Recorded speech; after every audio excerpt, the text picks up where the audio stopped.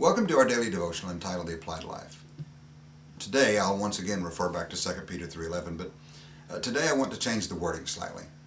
The question that must be asked is this: how then shall we live? The answer is actually pretty simple, but the application is a lifelong process. Romans chapter 8 verse 12, Paul, in writing his masterpiece in defense of the gospel, makes this telling statement. You have no obligation to do what your sinful nature urges you to do. He continues in verse 14 with this assessment: for all who are led by the Spirit of God are children of God.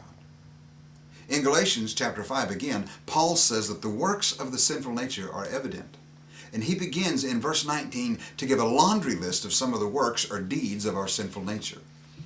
They include such things as immorality, idolatry, hostility, envy, and many others. But this discourse was not to glorify or complain about the deeds of the flesh. Paul was simply saying that they were easy to identify.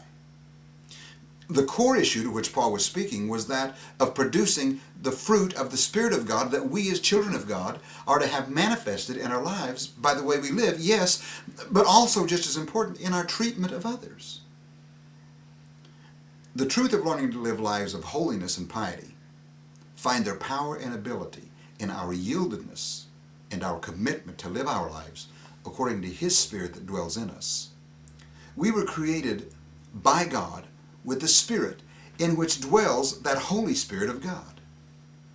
It is that part of us, that inner consciousness of God, that listening to the voice of our deep inner man that helps us understand His Word and recognize His voice.